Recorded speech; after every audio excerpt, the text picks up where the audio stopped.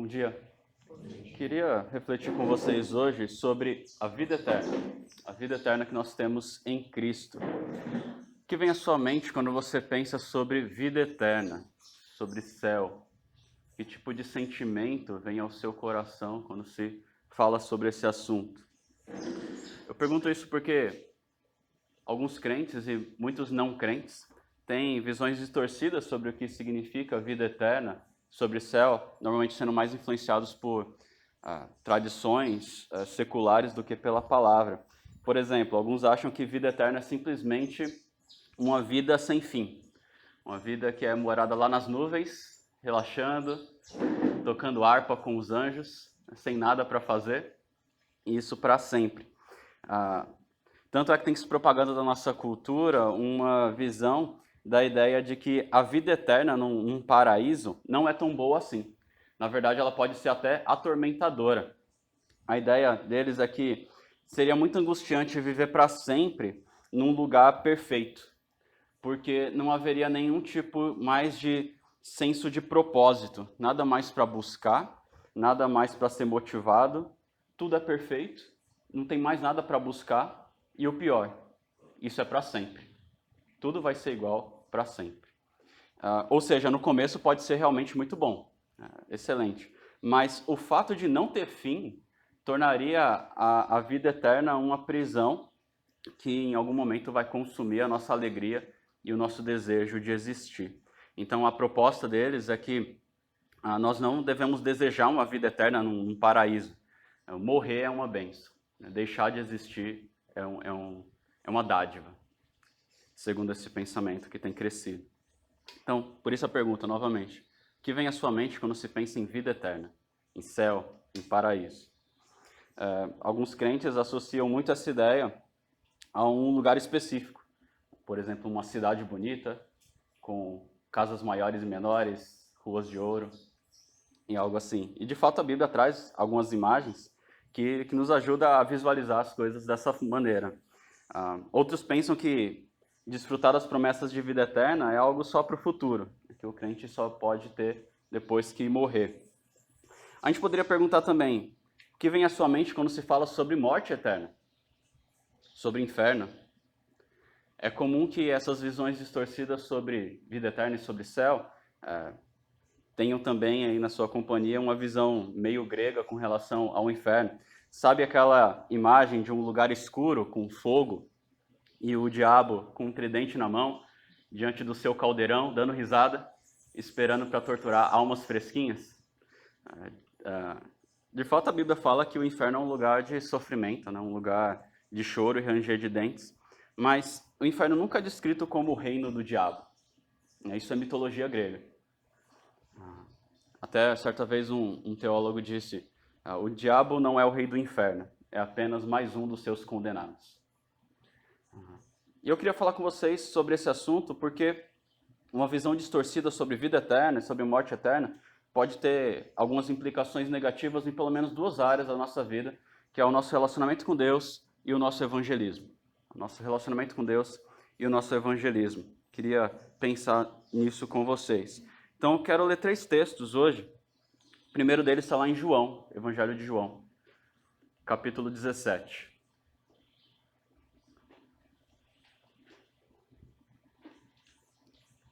João, capítulo 17, versículo 3. João 17, 3.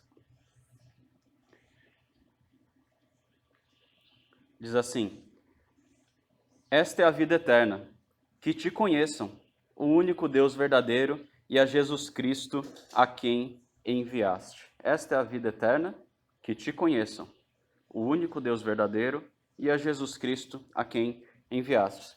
Queria fazer algumas considerações aqui sobre vida eterna. Primeira é que vida eterna é um relacionamento com Deus.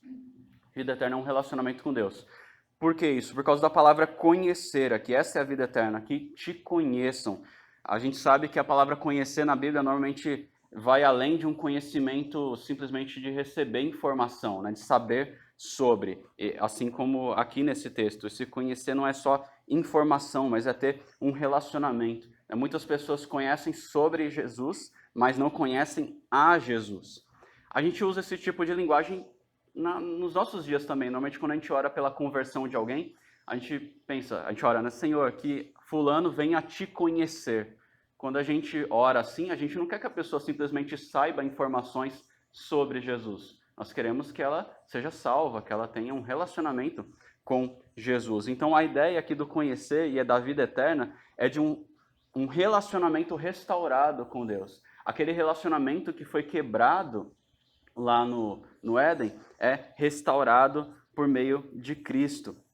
Lembra lá quando Adão e Eva ouviram as promessas de Deus, de que se eles comessem do fruto eles morreriam, mas eles preferem acreditar na serpente e eles comem do fruto. O que acontece imediatamente após eles comerem do fruto? Eles morrem. Não fisicamente, mas eles morrem espiritualmente, no sentido de perderem um relacionamento com Deus. Tanto é que logo na sequência aparece Deus falando: Adão, cadê você? E aí alguns perguntam, né? Mas como assim, cadê você? Deus não sabe de todas as coisas? O que ele está perguntando aqui onde está Adão? Mas isso é uma forma de Deus demonstrar que algo foi quebrado. O homem que antes vivia em comunhão com Deus, agora, cadê você? Você não está aqui comigo. Um relacionamento foi quebrado, eles morreram. Morte na Bíblia está muito mais ligado, vida e morte está muito mais ligado a relacionamento com Deus ou a falta desse relacionamento. E aí nós temos logo na sequência uma promessa, a primeira promessa do Evangelho, né, que a semente da mulher viria destruir as obras da serpente. Um outro exemplo disso, desse uso da palavra conhecer, a gente tem nos Evangelhos, quando Jesus fala que no final dos tempos, o Filho do Homem viria e separaria ovelhas dos bodes, cada um de um lado, e aí ele olharia para os bodes e diria: afastem-se de mim, eu não conheço vocês. E aí, como assim Jesus não conhece, né? Não sei quem são vocês, não criei vocês, nunca vi vocês na vida, né? Não é essa ideia. Eu não conheço vocês no sentido, eu não tenho um relacionamento com vocês. Então, afastem-se de mim. A gente pode concluir aqui, então, que a vida eterna, esse conhecer, a vida é um relacionamento com Deus. Vida eterna é conhecer a Deus, é conhecer a Jesus, é ter um relacionamento com Ele. O segundo texto que eu queria olhar, por favor, deixa marcado aí se você puder em João, que daqui a pouco a gente volta, mas está agora em 1 João. 1 João, capítulo 5.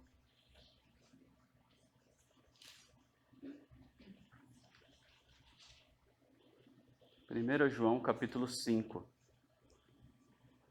versículo 20.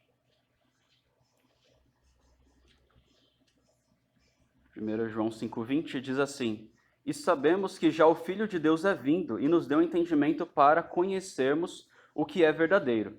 E no que é verdadeiro estamos, isto é, em seu Filho Jesus Cristo. Este é o verdadeiro Deus e a vida eterna. Este é o verdadeiro Deus e a vida eterna. Uma segunda consideração que a gente pode fazer aqui é que a vida eterna é uma pessoa. Jesus Cristo. A vida eterna é uma pessoa. Este é o verdadeiro Deus e a vida eterna. Diante disso, a gente pode dizer também, a terceira consideração, é que ter a vida eterna não é somente existir para sempre. Ter a vida eterna não é somente existir para sempre. A gente sabe que quem não crê em Jesus não tem a vida eterna.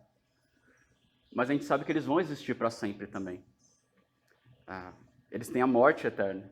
E o que significa isso? Lembra, vida e morte na Bíblia está muito mais ligado ao relacionamento com Deus do que à existência. Os ímpios têm a morte, têm a existência eterna, mas eles vão estar afastados eternamente de Deus. Embora existam para sempre, eles não vão desfrutar da graça, do amor de Deus. Então, vida eterna é muito mais do que existir para sempre. Vida eterna é desfrutar de um relacionamento próximo com o nosso Deus, com o nosso Salvador. A morte eterna seria o oposto, é a perda eterna da comunhão com Cristo. Sabe quem é o rei do inferno? Jesus. Ele é o rei sobre todas as coisas que existem, inclusive do inferno. A diferença é que lá ninguém vai desfrutar da sua graça, mas só da sua ira, por causa dos pecados e da rebeldia dos homens. Então, morte eterna significa a perda da comunhão com Deus. Jesus vai reinar lá no inferno também. mas o seu amor não vai ser desfrutado. Isso vai resultar numa eternidade de choro e ranger de dentes. Um terceiro e último texto que eu queria ler está lá no Evangelho de João, novamente, capítulo 5. Se você puder abrir lá. João, capítulo 5.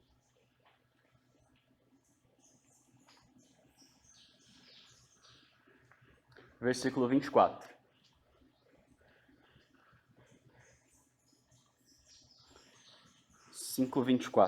Diz assim: Eu lhes asseguro, quem ouve a minha palavra e crê naquele que me enviou, tem a vida eterna e não será condenado, mas já passou da morte para a vida. Uma consideração que a gente pode fazer aqui sobre a vida eterna é que a vida eterna já pode ser desfrutada hoje, mesmo que não plenamente. A vida eterna já pode ser desfrutada hoje, mesmo que não plenamente. Aqui o texto diz, já tem a vida eterna, já passou da morte para a vida. Nós que cremos em Cristo, nós já temos acesso a essa vida eterna, porque diz respeito a um relacionamento com Deus. Isso não começa só quando Jesus voltar, quando a gente morrer. Isso começa agora. Isso começa a partir do momento que a gente entregou nossa vida para Cristo.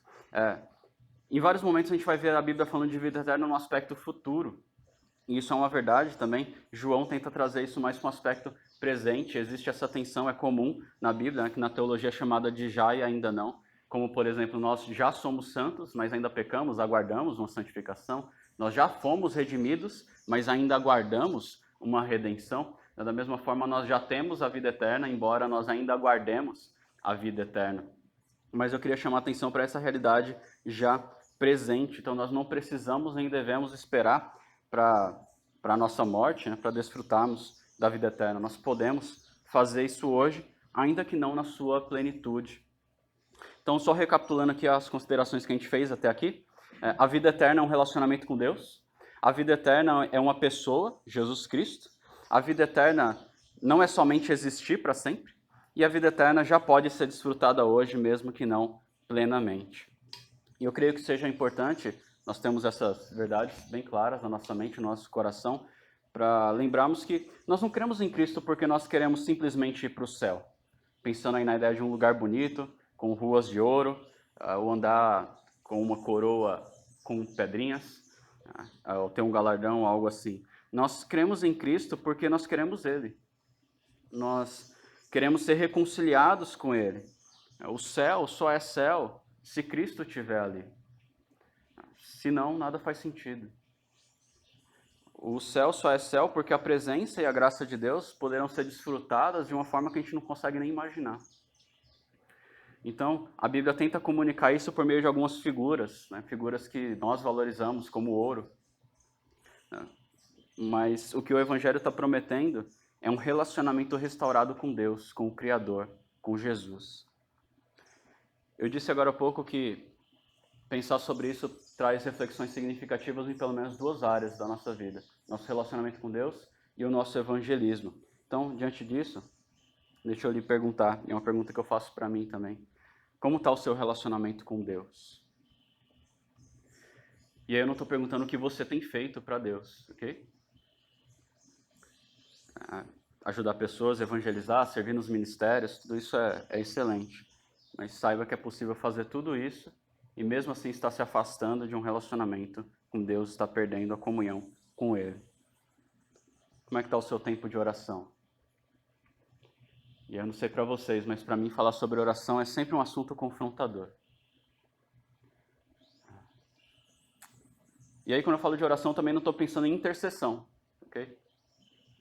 Pensando em passar tempo com Deus, em abrir seu coração para Deus, em louvá-lo, em agradecê-lo, em colocar diante dele os seus temores, os seus medos, talvez suas queixas, o que não é errado. Temos vários salmos que nos orientam nessa direção. Não existe relacionamento sem investir tempo em conversa. Como está o seu tempo de oração? Como está o seu tempo em ouvir Deus falar por meio da sua palavra? Você tem procurado se aproximar de Deus por meio da sua palavra? Talvez tudo isso possa parecer simples, mas muitos cristãos têm desperdiçado o relacionamento com Deus, têm caído numa religiosidade vazia, numa vida cristã que se limita a cumprir algumas rotinas religiosas, obrigações ministeriais. E aí é comum que essas pessoas comecem a se tornar mais frias, mais distantes, mesmo que não necessariamente elas estejam se desviando, abraçando o pecado radicalmente. Mas o louvor é cantado de forma mecânica, as orações são escassas, a Bíblia não chama mais atenção, parece que o evangelho vai perdendo o brilho, não é mais algo tão atrativo, não é mais algo que empolga. É até uma vida que sabe criticar os movimentos heréticos, mas ela mesma não desfruta da verdade que ela conhece, não desfruta do relacionamento que ela já tem em Cristo. Isso não é viver a vida eterna, isso não é viver a vida cristã. Isso não é desfrutar daquilo que nós já recebemos por meio da fé em Jesus. Então, se você percebe que você não tem aproveitado como você poderia dessa vida que já tem, minha sugestão é: decida orar mais e com mais frequência. Passar mais tempo de qualidade com Deus, com a sua palavra. O nosso coração, por ainda guardar a redenção completa, tende a nos afastar disso, a colocar o nosso prazer em outras coisas, no entretenimento ou qualquer outra coisa. Então você precisa lutar contra a sua carne. Então peça ajuda a Deus para que o seu prazer esteja nele, esteja na vida com ele. Só ele pode ajudar a gente a vencer essas inclinações más do nosso coração. Esses conceitos sobre vida eterna, morte eterna, também trazem implicações para o nosso evangelismo. Apresentar o evangelho a alguém não se resume a dizer qual é o caminho para fugir do caldeirão de Satanás e poder andar em ruas de ouro. A promessa do evangelho é a solução de um problema relacional entre nós e Deus. É por isso que lá em Colossenses 1, Paulo fala que havendo Cristo feito paz pelo sangue na cruz, por meio dele, reconciliasse consigo mesmo todas as coisas. Ou seja, Cristo não é simplesmente um caminho para o céu, como muitos têm apresentado. Ele é um caminho para ele mesmo. Reconciliar-se consigo mesmo todas as coisas. A promessa do Evangelho é, em primeiro lugar, uma promessa de reconciliação. Reconciliação com o nosso Criador, com o nosso Senhor. A vida eterna é a vida com Cristo. A vida eterna é uma pessoa.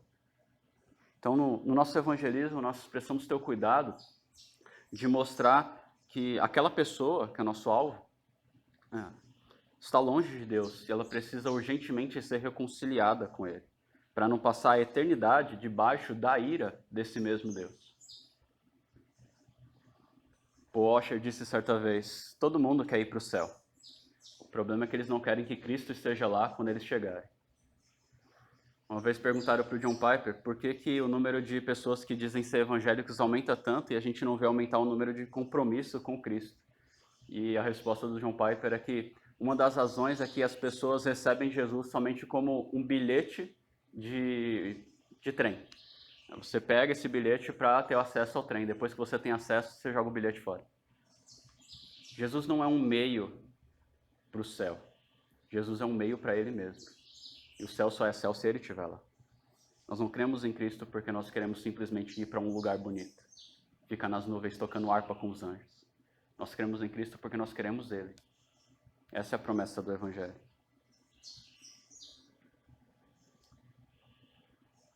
Então, a gente pode dizer que o céu não é o fim. O céu não é o nosso alvo final. Cristo sim. Deus sim. Voltando em João 17,3, esta é a vida eterna, que te conheçam, o único Deus verdadeiro e a Jesus Cristo a quem enviaste. Por isso a gente pode concluir dizendo que o céu nunca vai se tornar chato ou sem graça. Porque morar no céu não diz respeito a ficar nas nuvens, né, sem fazer nada, tocando harpa. Morar no céu, ou se você preferir numa nova terra, significa desfrutar de uma comunhão plena com Deus. E como diz o Salmo 16, na tua presença, falando da presença de Deus, na tua presença há delícias perpetuamente. A alegria da presença do Deus eterno é eterna. Por isso que nele nós temos vida e vida eterna. Eu espero que essas reflexões nos ajudem a buscarmos hoje desfrutar mais dessa vida eterna que nós já temos. tendo cuidado para não se perder em meio às demandas de ministério, talvez as atrações do mundo ou frustrações da vida, e que ao proclamarmos o Evangelho para outras pessoas, nós nos esforcemos também para enfatizar que aquilo que Deus nos trouxe é muito mais do que a promessa de um lugar, é a promessa de um relacionamento com Ele, com o nosso Deus. Deus abençoe. Vamos orar? Senhor nosso Deus, somos gratos pela Tua Palavra, pedimos que o Senhor nos ajude a crer na Tua Palavra e, ao crer nela, que vivamos também de maneira coerente. Nos ajuda a desfrutar do relacionamento contigo e crescer no conhecimento do Senhor, para a glória do Teu nome e para nossa alegria em Ti. Em nome de Jesus, nós oramos. Amém.